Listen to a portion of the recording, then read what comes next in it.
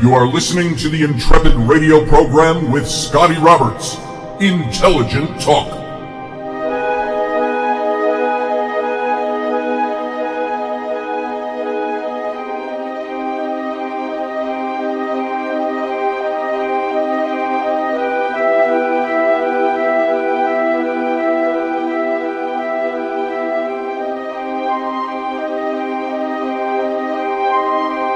Well, happy Tuesday evening, folks. This is Scotty Roberts. You're listening to my program, the Intrepid Radio program, right here on the Odyssey Radio Network. You can go over to odysy1.com to find all your radio listening needs on Odyssey Radio. And you can check out all the places where this show plays. And you can also come on over to my YouTube channel, and you can join the simulcast in video. And that's at youtube.com/Mr. Scotty Roberts. Come on over, join the Intrepid family, already ensconced in the live chat room, and you'll find a lot of good people over there, the good Intrepid family. And you can add to the show, you can give your input, or you can just watch and listen, and watch what everybody else has to talk about. So we hope to see you there. Thank you for joining the show tonight. And I've got to tell you something. Today, I kind of approached this show, and I've got, as you know, thousands of topics in my head. All different kinds of things we could be talking about. I have different series I could keep adding to. I have variations on those series. I have tributaries off the main river, if you will. All different kinds of side issues. I have all kinds of new topics.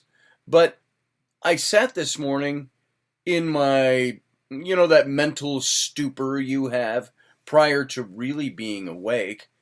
And then all day I thought, what am I going to do this morning? What do I want to talk about? What do I want to get to tonight? And so I didn't really come up with a topic that was a solid topic. I didn't want to keep extending yesterday's topic. I didn't want to get into something new. I didn't feel like jumping into some of the old. And one of the topics that hit me was I have been approached by my publisher, New Page Books, for whom I did The Rise and Fall of the Nephilim and The Secret History of the Reptilians, and also The Exodus Reality. And some time ago, a number of months ago, they approached me to write a book about the Book of Enoch. And because I've been so buried with other projects, I haven't had a chance to really get anything done on that or really show them an advance on that book. What I was going to do, my advanced thinking on that book.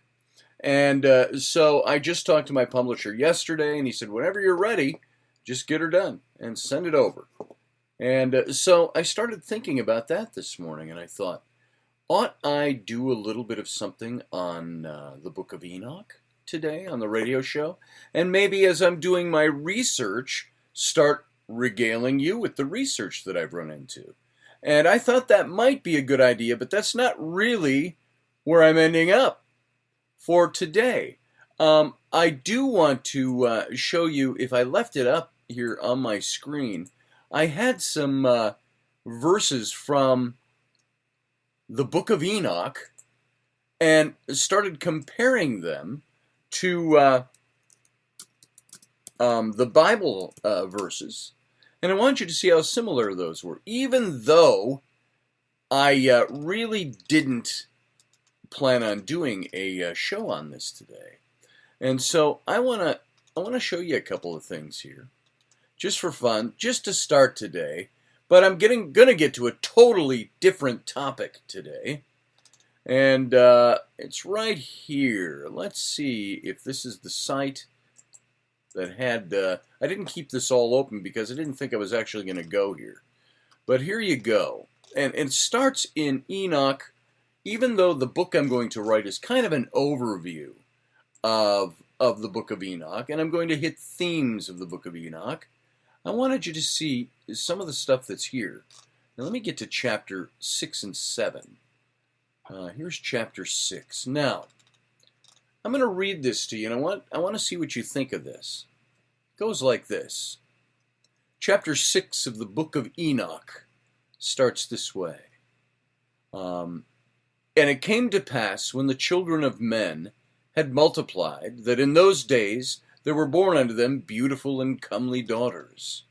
And the angels, the children of heaven, saw and lusted after them, and said to one another, Come, let us choose us wives from among the children of men, and beget us children.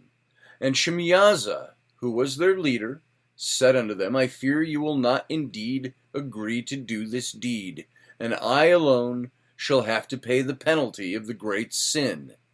And they all answered him and said, Let us all swear an oath, and all bind ourselves by mutual imprecations, not to abandon this plan, but to do this thing. Then sware they all together, and bound themselves by mutual imprecations upon it.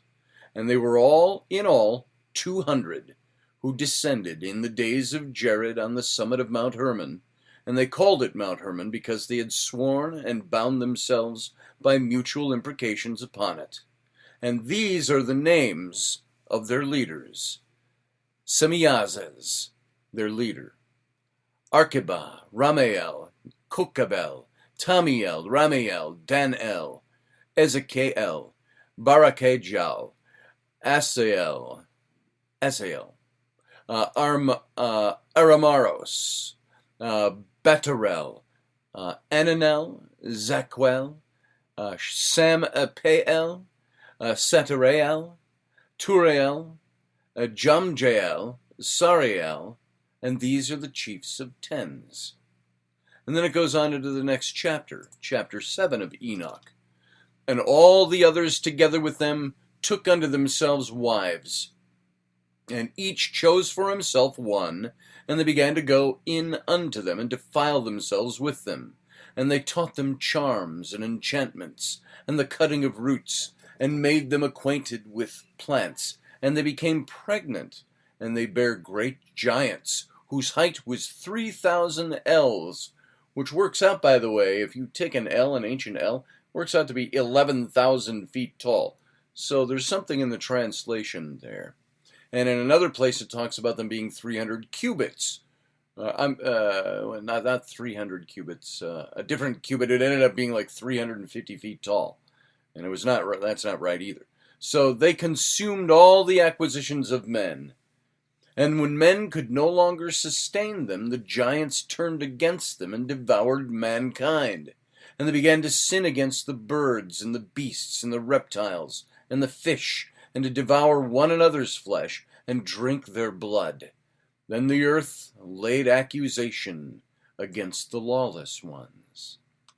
And Azazel taught men to make swords, and knives, and shields, and breastplates, and made known to them the metals of the earth, and the art of working them, and bracelets, and ornaments, and the use of antimony, and the beautifying of eyelids, and cosmetics, and all of the kinds of costly stones, and all coloring tinctures, and there arose much godlessness, and they committed fornication, and they were led astray, and became corrupt in all their ways.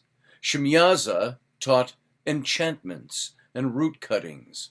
Amaros, the resolving of enchantments, and root cuttings, Amaros, and resolving of enchantments, Barbakijal, and he taught astrology. Kokabel, the constellations. Ezekiel, the knowledge of the clouds. Arakael, the signs of the earth.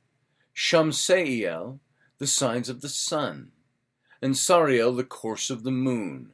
And as men perished, they cried, and their cry went up to heaven.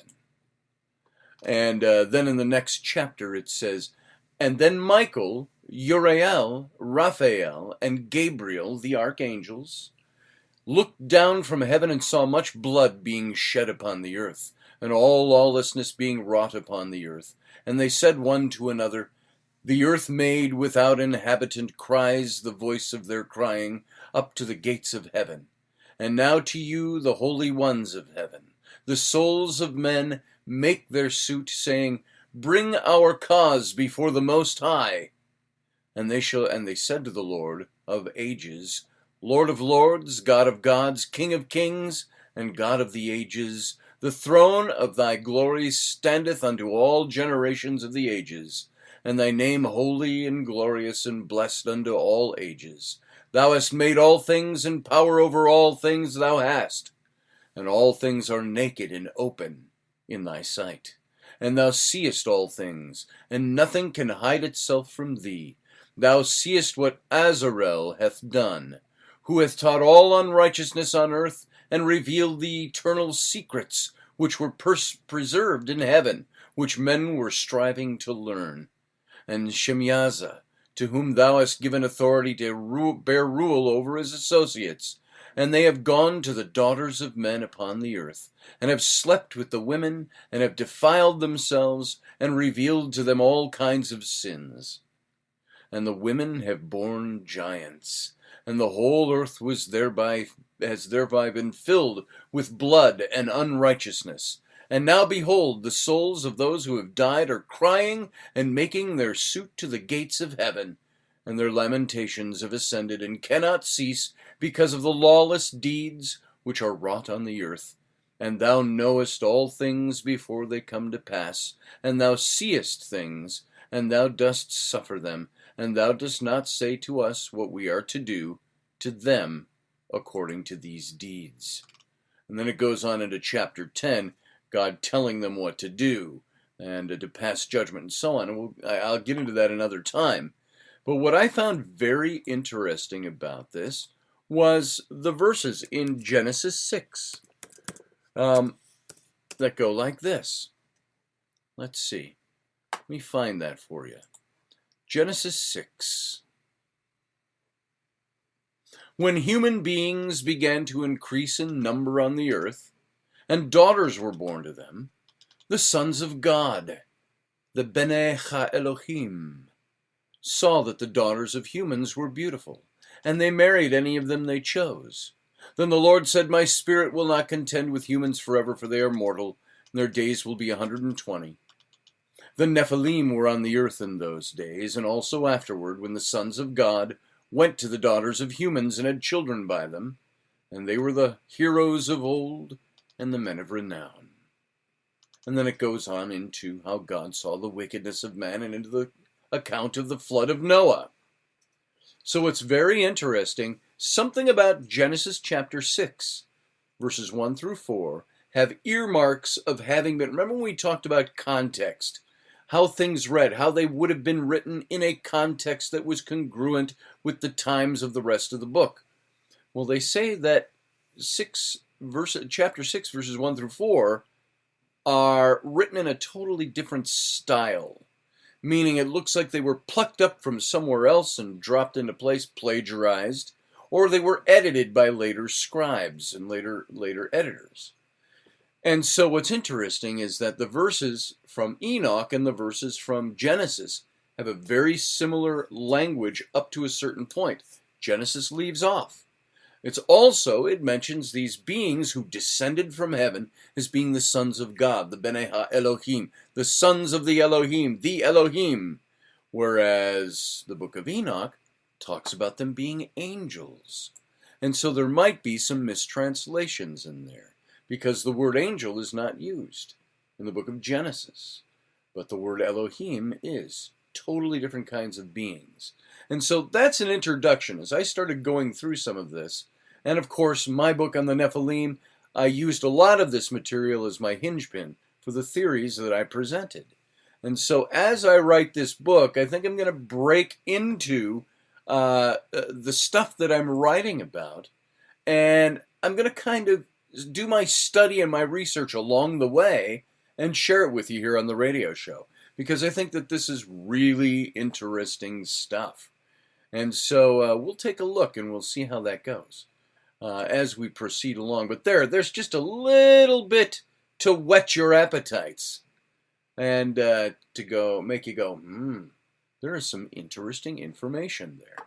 And by writing this book on the book of Enoch, I do not want to repeat what I wrote in my book on the Nephilim and also added into my book on the reptilians, but I wanted to go a totally different angle.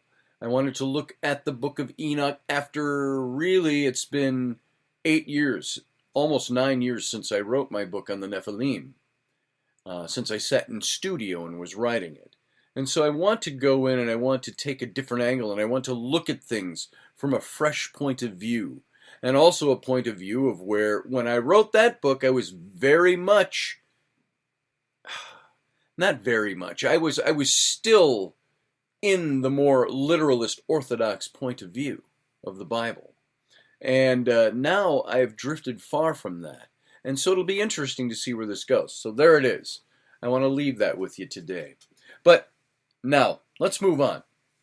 You saw the topic in perhaps the header of this show, or the promotional pieces that were put out for tonight's show. And it talked about disappointment with God. And I wanted that to be a topic, and this is where I say that I'm not really sure what I'm going to say about this. I've got a few things up here, and I just wanted to talk about this. And I want to start off by talking about a book that I read a long time ago, and I don't have that in front of me. It's on my shelves somewhere. But I want to bring up some of the things that were mentioned in that book, and they go back very much to the origins of my faith in literalist Orthodox Christianity. And the book was entitled Disappointment with God, Questions We Don't Ask Aloud. And that was for the Christian community. It was written by Philip Yancey, and a Christian kind of apologist, a Christian devotional type of writer. And I picked that book up about 25 to 30 years ago because I was starting to feel my disappointments with what I had been taught. Now, let me ask you, no matter what your background is, have you ever gone through periods of your life where you felt disappointed with God? Meaning, the things you experienced in life went far afield from the things that you were taught God was supposed to be. And I mean, I went through that, and we all know this. I've talked about this ad infinitum on this show in various episodes and various different topics. But have you felt disappointment with God? Is it wrong to feel disappointment with God? Before we even get into the question of who God is, which is kind of where we're going to take this tonight, into the origins of monotheism and going away from polytheism. But I wanted to start with that question about being disappointed with God. What leads us to start looking in different directions? It's disappointment with God. Let's take that down to a more practical level. How many of you have been disappointed with a spouse? Now, I'm not trying to equate spouses with God, but I want to take it to that level first, because I want to look at how we are as humans, what we do psychologically. When you become disappointed with a spouse, have you ever been tempted to look elsewhere? Or tempted to say, this isn't real. This commitment I made is dead. This marriage is dead. This relationship is dead. And something is wrong here, and it's not right, and it leads you to pushing back and looking elsewhere. Sometimes that leads to better things. Many times it's almost an illicit act, at least something we have labeled that. And so it becomes a thing that we accumulate guilt about looking elsewhere. And on top of that guilt, then we leave the thing we had and we compound it. And then we might live in guilt after that because of our actions. Now take that, let's encapsulate that into a little box and push it aside now. I'm using that as an example. I'm not using that as a tool or an admonishment or a discouragement or anything like that. When we have disappointment with spouses, partners, relationships, and we sever those relationships, we go find a relationship elsewhere. Or we stay without a relationship. Or any number of options. So, that's the example, folks. I'm just using that as an illustration. Take it for what it is right there. I don't care what your particular viewpoints are on that and all the different little avenues we can go with that, because that's not what I'm talking about tonight. Just using that small segment right there as an example. Push it aside now. Now apply those same feelings, that same psychology, to the way we feel about God. Let's say you were raised a certain way, to believe God was a certain way. And then as you grew older, you found that that relationship seems awfully one-sided. I'm told that I can pray, I'm told that I can rely, I'm told that I can trust and have faith in, but then you find that as you go along the way, when I say it seems one-sided, meaning that you're the one that's putting out that effort, but you don't feel tangible coming back. You live by the seat of your pants, so to speak, with the God of your choice, because you don't know if he's really there. You see things, we label them as miracles. We label things as answers to prayer. We throw all our prayers and supplications up to that God. And many times we don't really see the hand of God as we, now listen to me thoroughly on this, we don't see the hand of God as we would say a spouse or a friend or a medical doctor or somebody else that we go to and you interact with them and you solve problems and you get resolutions to things. You get aid to things. No, it's a trust that he's actually there doing something. And you see those things carried out through other people. Then we label them answers to prayer. We label them miracles from God. And yet, we find ourselves many times, if you're anything like me, find yourself becoming more disillusioned with who you were taught God said he was. So is it all right to be disappointed with God, was the question.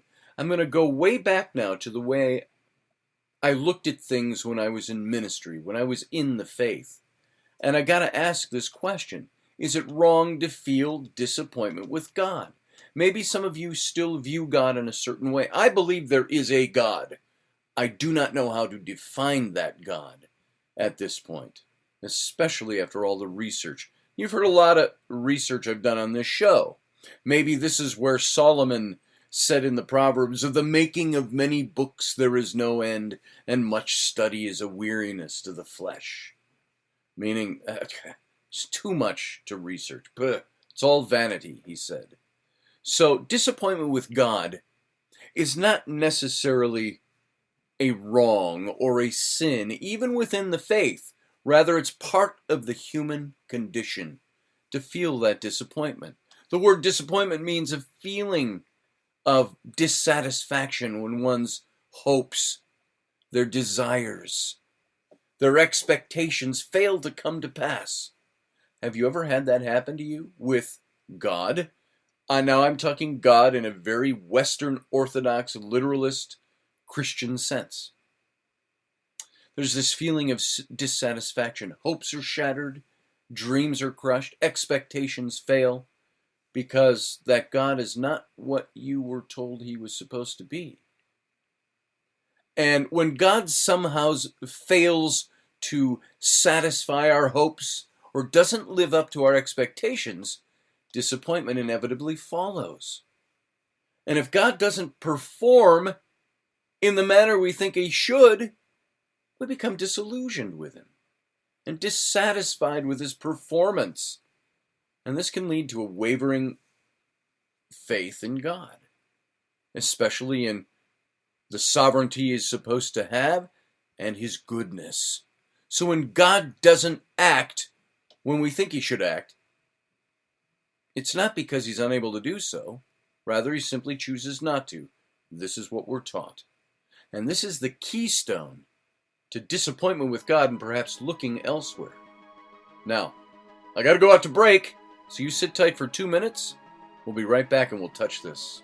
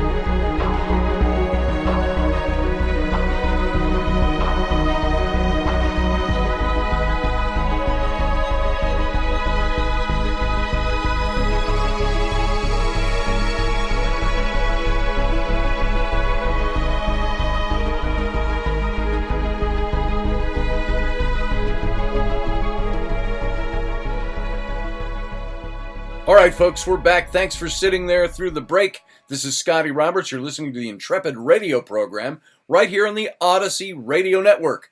Go over to odysy1.com if you're not there already, and you can listen to this show and find the other outlets where you can listen to this show. You can also join my YouTube channel and watch the video simulcast of this show and join the live chat room that goes on there. And that's over at youtube.com/Mr. Scotty Roberts. Join the Intrepid family over in that chat room and have a good time conversing about this show during the show. Now, folks, we left off talking about disappointment with God. We started that in the first segment after getting a bit into the book of Enoch. And disappointment with God. It's almost difficult to talk about this topic, especially if you have drifted from that faith or have chosen that that faith is no longer yours. And the God, because the God I'm talking about is the God of the Bible, the Jehovah God, Elohim in the Old Testament, the God of the literalist Orthodox Christian, Western Christianity, which we have found in our studies in months and months past, seems to be different now than it was when it originated. So is that God really there? And some of us say, I hear all that stuff, I understand it intellectually, but I still put my faith in God. I still believe God is in control of things. And even though at times we can't define exactly who that God is that God the God of Jesus Christ? Is Jesus deity? Is he God in the form of the human, the Son of God? God the Father, Son, and Holy Spirit? Is that who our belief is in when we say we're disappointed in God? In Western culture, probably. That's where that starts from. But if we're taught that God is to be the one who takes care of us, as the Bible says, Jesus said, you can call God Abba, Father. Abba being that Aramaic word for almost like daddy, that affectionate, loving God whose lap you can crawl up into, and he protects you, and he puts his arms around you. As I was told many times in the church, when I was in the church, in ministry, and I have taught this before. I've talked to many people when I would counsel people, and they would talk about, I screwed up, I don't know what to do, I don't deserve to be forgiven, and things like that. And I would teach them, remember, Abba Father, God is the dad. He stands there with his open arms to take you in and forgive you. And he's open arms to say, to take your messes and to take your screw-ups. And so many times I went that avenue and I went that route. I said, God, I've screwed up. I've messed up. My life is messed up. I got problems. I need your help. And so on. And so many times it came back that the resolution to those problems were something completely different. Now, the old joke, of course, says, you remember the old joke of the guy, there's a big flood and he's sitting on his roof. You know where this is going. You've heard a variation of this. And he prays to God, God, save me. The flood's going to kill me. And and I have faith that you're going to save me. And so pretty soon a helicopter comes along. And they offer to rescue the man and drop him a ladder. And he says, no, I've prayed to God. God's going to save me. And he waves the helicopter on. A little while later, a man in a rowboat comes by and says, jump in the boat. The flood's rising. And he says, no, I've prayed to God. God's going to save me. I have faith in God. And reluctantly, the rowboat goes on. Eventually, the flood comes, washes over his house, washes it away, kills the man. And he dies. And in the presence of God, he says, God, I prayed to you to save me. And you didn't. And God said, well, I sent you a helicopter and a rowboat. What more did you want? So, taking the joke in the other direction, what if the helicopter and the rowboat could save you and gotten aboard? What's to tell us God sent those, or is that man doing something? Did God enter this world? And of course, that's expecting an awful lot of a deity, isn't it? If he created the universe and God is who he says he is, that God, why should he come down and, and throw back the robe and, all right, come on, give me your hand. Forget the helicopter and the boat. Maybe that's what we do sometimes. But the lack of faith in God, the dwindling faith in God, is when you face the disappointments and you ask the questions and you feel that God is not there. And because he's not there, maybe there's a different path. So when God doesn't act, as I said in the beginning of this, or before the break, sometimes we think it's because he's unable to do so. But what we were taught in the literalist church was that it's not that he doesn't just choose to do so. He just chooses, or not that he's not able to do so, but that he chooses not to do so. And while this might seem a really arbitrary or capricious act on his part, the exact opposite is true. God chooses to act or not according to his perfect and holy will in order to bring about his righteous purposes. And that's where my old way of thinking comes to a screeching halt. Because I don't know that I trust that God is the God who is in control. And it opens up all kinds of other questions. Because the answer within Orthodox Christianity, literalist Christianity, is that when you want to avoid disappointment with God, you need to align your will with his, and to submit to his will in all things. And doing so won't only keep us from being disappointed with God, but it'll also preclude the grumbling and the complaining about the events that occur in our lives. And this is where I start to part ways with that. And I say, when I am disappointed in God, is that disappointment because I'm not aligned with God's will as presented to me in Orthodox Christianity? Or is it because perhaps the God that I thought was there isn't the same God I was taught he was? And then that leads to questioning. So, because let me ask you this. If you have ever felt disappointment with God, is it disappointment in any number of deities? Are you disappointed with the gods, plural? Are you disappointed in God, the God of the Bible, the God that we were taught exists, that we have found over and over and over again in research was written a very different way than we understand him to be now? And so, if that is the case, is that God the God that is in charge of things? Or is that the God that we put our faith in? It's become a psychological need fulfilled for us to find that deity in which to put our faith and our trust. Now, I'm going to say in all of this, I don't want anybody to feel that I'm trying to push you to believe something different than you believe. What I am saying is that don't believe something just because somebody told you it's true. Especially when you start looking at current day operations, modes of operation, scriptures, interpretation, and so on in the church, when that's not what was originally there. That's not how they originally believed and how they originally practiced. So, is your faith in the God of the Bible, that God who was the wrath of God in the Old Testament, the softened God with the Christ, is that the God that you have faith in? Or is God bigger than all that, and all those other things are trappings that we put on it? I don't want to offend your sensibilities. You can disagree with me, but really when it comes down to it, I'm not really saying I know for sure that's the way it is. I'm saying that's the way I feel it is. And that's come out of what started as my disappointment in God.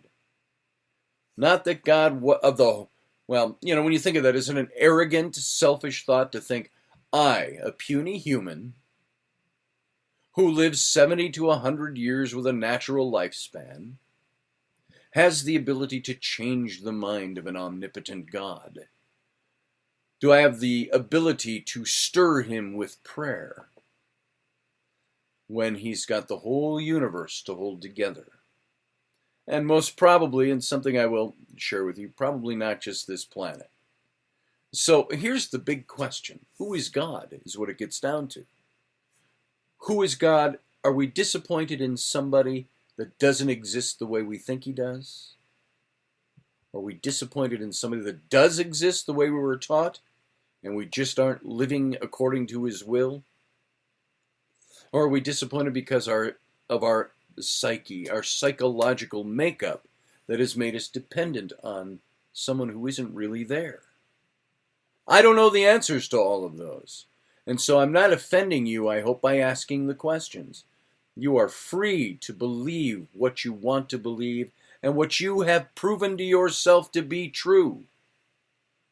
Follow those dictates of your conscience. But does disappointment in God, if you've ever had it, why is it there? And why does it persist at times? Why does it lead us to look elsewhere? It's a psychological thing.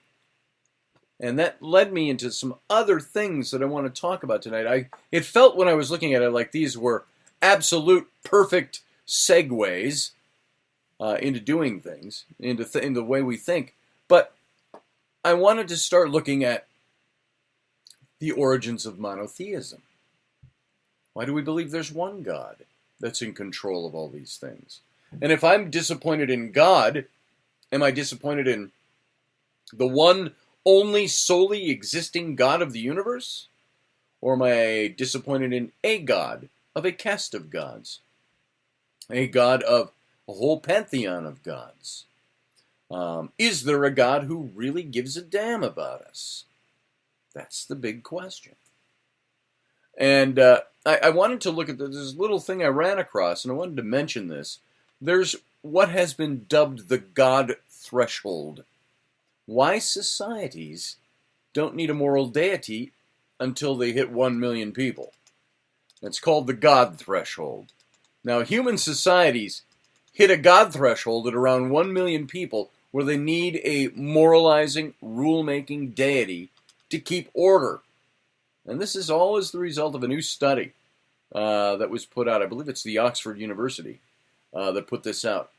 And previously it was thought that the expansion of complex societies went hand in hand with controlling religions, which installed principles of right and wrong and allowed large numbers to live together peaceably.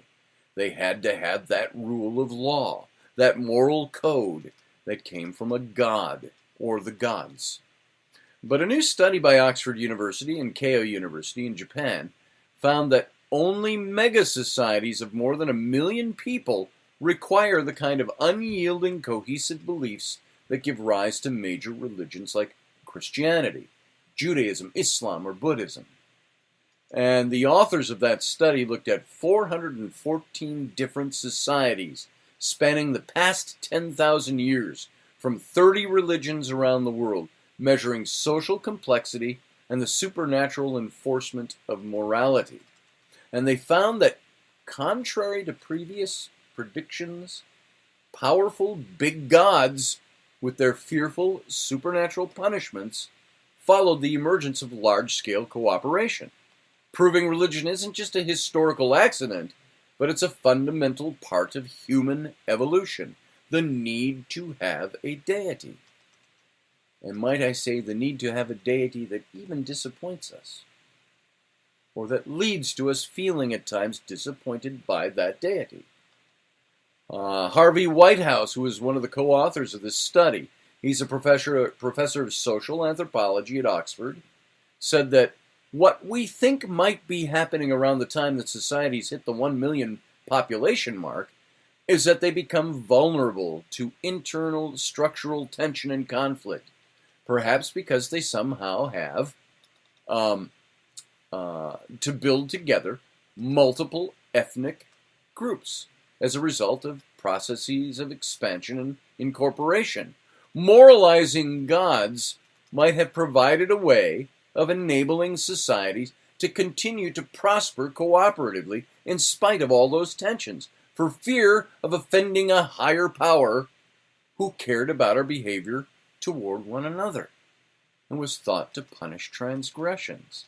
Now, it's interesting because I talked about this somewhat in saying when we become awake and aware and we live in the now, we become conscious of the fact that we need to love others. Is that a God that comes from. Source, originator, creator.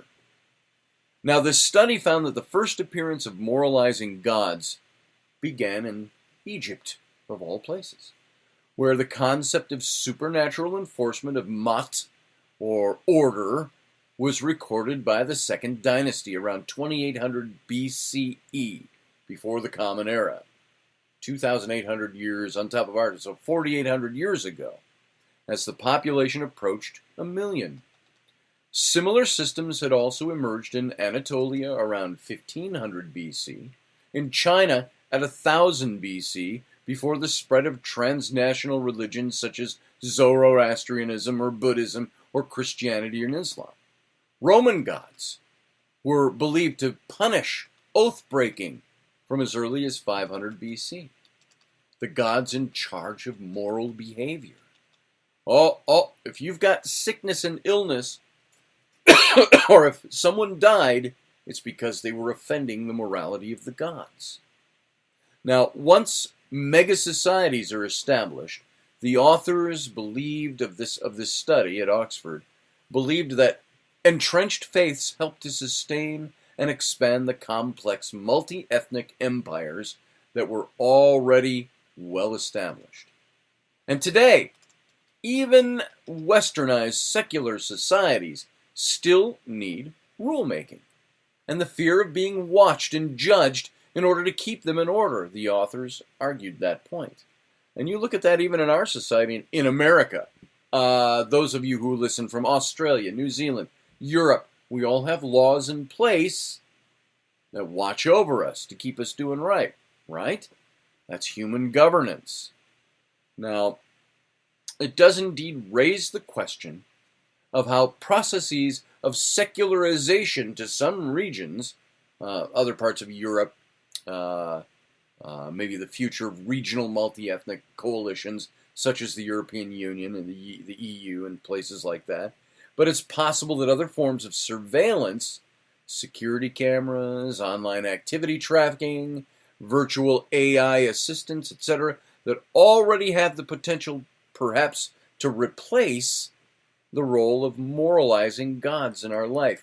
How scary is that on one hand, but how understandable is that on the other? If we have all these things that moralize us, that keep us in line, do we need a God to do that? If we have AI to do that? If we have closed-circuit cameras to do that? If we have the law to do that, the government to do that? So the authors of this study also thought that earlier societies had special kinds of rituals which helped to bind larger groups together. They probably occurred daily or weekly, involving some kind of social hierarchy, and emerged more than 1,000 years before the big gods in 9 out of 10 regions. And in most cases, coming before written records wrote it all down.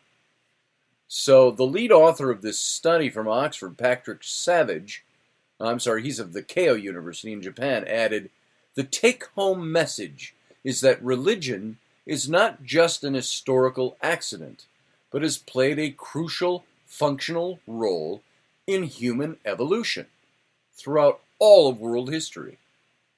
However, that role is not a simple explanation that belief in moralizing gods caused the expansion of human societies that other prominent theories propose. Instead, it's a more complex situation where religious beliefs help to stabilize societies after they've already become quite complex." And so there is a question I put forward to you as well, that this study from an anthropological, historical point of view says that religious moralizing, the big religions, the big gods, didn't come along until societies had already in small ways set these moralities up.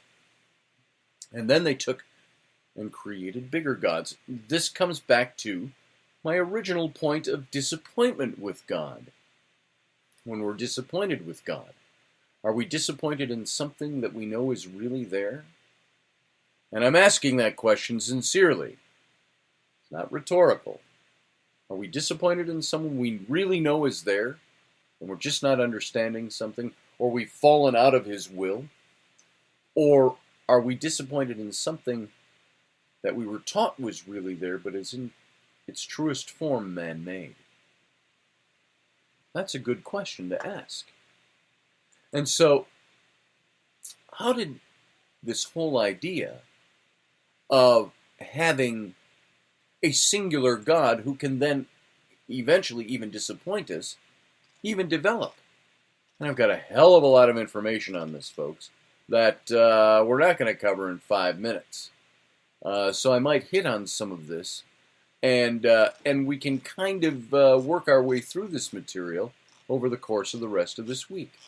And so as I'm looking at, I've got 50 things in front of me on this topic. And so I'm going to look at one that I want to look at, first of all, to start this thought, is how did monotheism develop?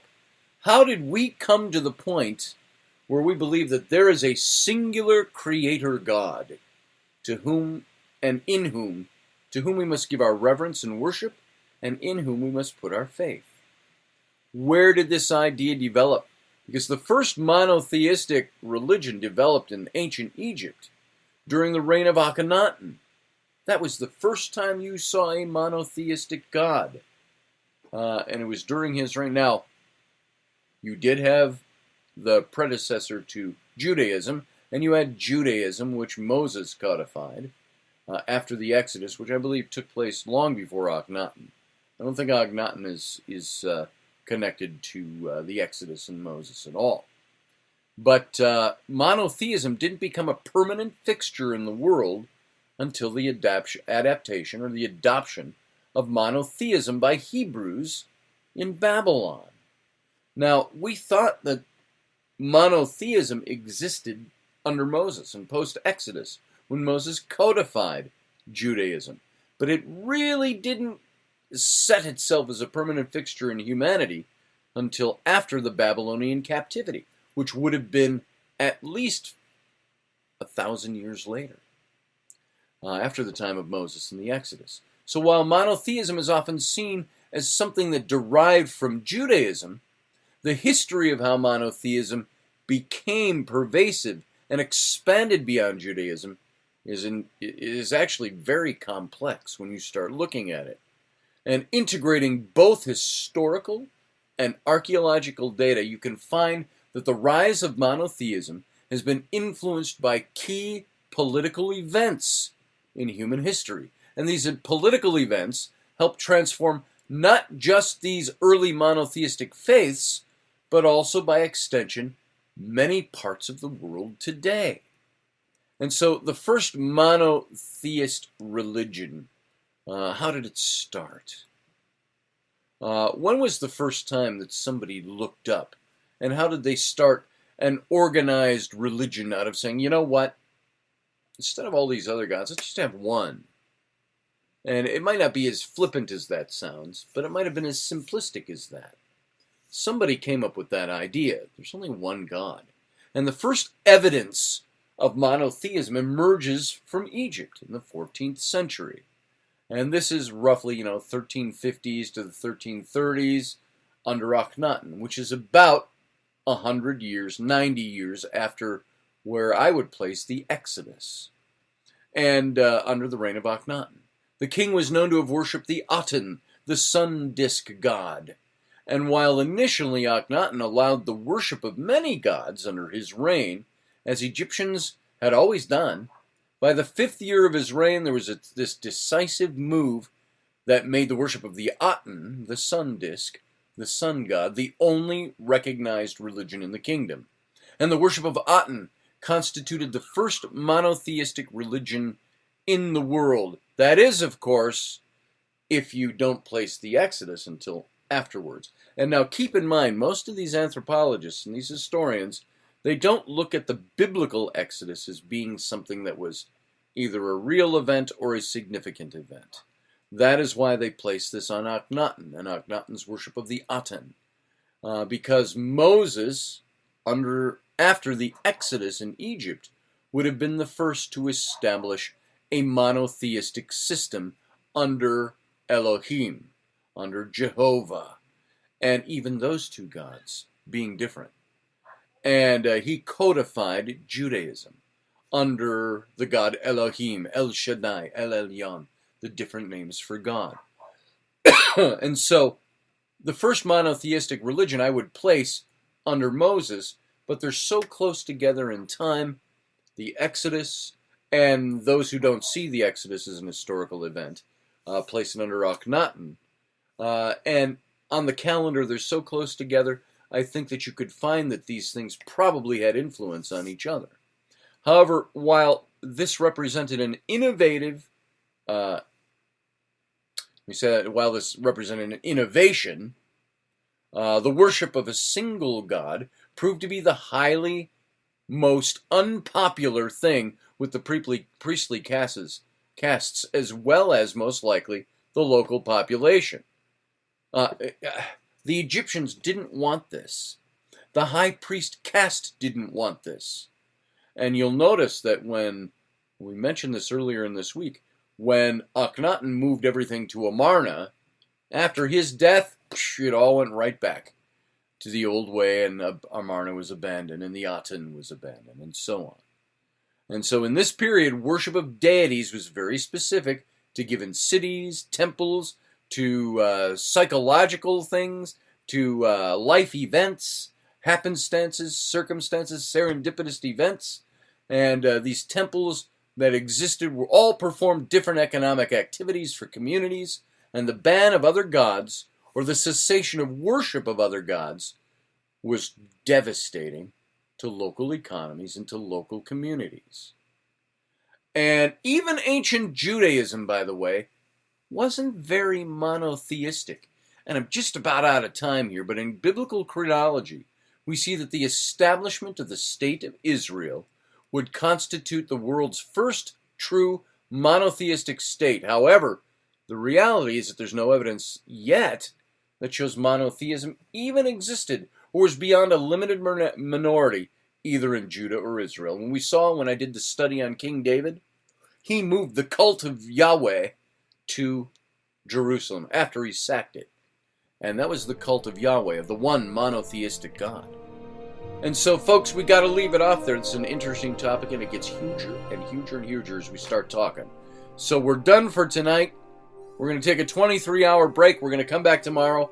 We're going to talk about this some more. Folks, are you disappointed in God? Is that God really the only God that's there? Or is it something we've chosen to believe? These are big questions, and we'll ask them again tomorrow. Stay tuned.